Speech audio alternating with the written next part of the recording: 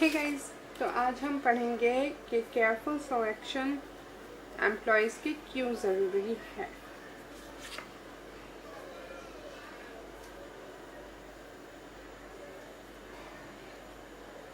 तीन रीज़न हैं इस बात के कि केयरफुल सिलेक्शन क्यों करनी चाहिए, और केयरफुल सिलेक्शन ना हुई तो ये तीनों चीज़ें सफ़र कर सकती हैं।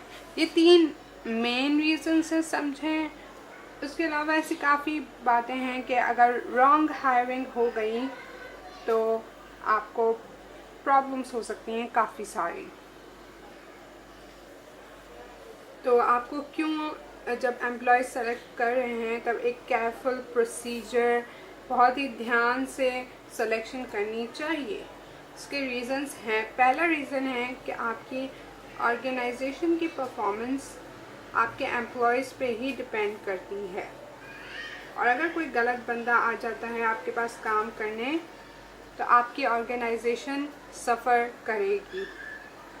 ईजी है, ऑब्वियस है। उसके बाद दूसरा रीज़न आता है कि आपकी जो रिक्रूटिंग और हायरिंग है उसमें काफ़ी पैसे जाते हैं। आप ऐड देते हैं, उसके पैसे जाते हैं। आपके एम्प्लॉयज़ दूसरे एम्प्लॉयज़ के लिए टेस्ट देते हैं, क्विज़ देते हैं, जो भी पूरा प्रोसीजर होता है उसकी काफ़ी कॉस्ट लगती है।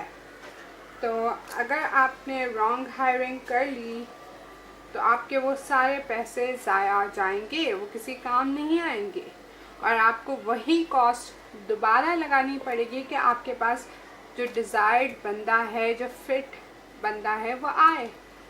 तो इसलिए आपको केयरफुली सिलेक्शन करनी चाहिए एम्प्लॉयज़ की।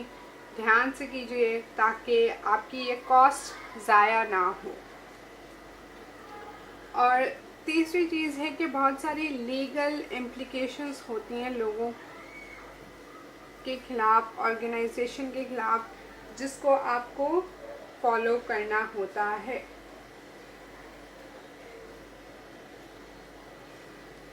लाइबिलिटीज़ होती हैं। अगर आपने कोई रॉन्ग हायरिंग कर ली तो उस बंदे की गलती नहीं है, कि आपकी ऑर्गेनाइजेशन की गलती है।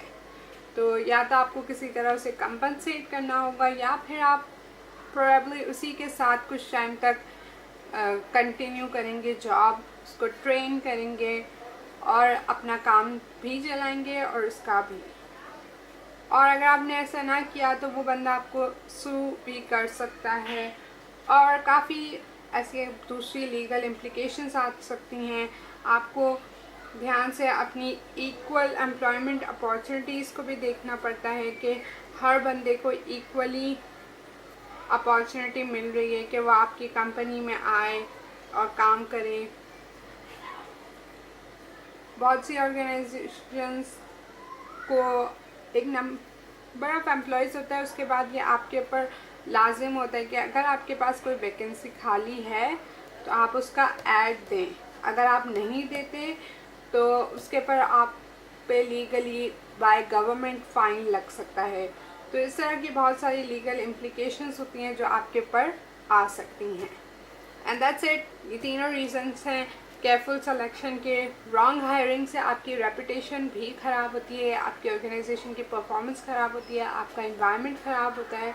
तो ये बहुत ही ज़्यादा ज़रूरी है एक HR मैनेजर के लिए कि वो ध्यान से हायरिंग करे, केयरफुली सेलेक्ट करे और सही फिट बंदे को जॉब करे दे।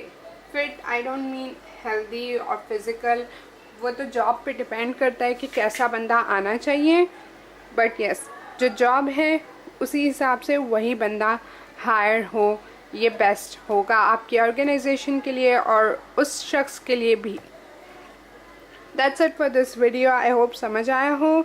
अगर आया तो सब्सक्राइब करें, लाइक करें और कमेंट करें अगर कोई भी ऐसी चीज़ है जो आप चाहते हैं मैं समझाऊं। Thank you so much for watching. Bye guys.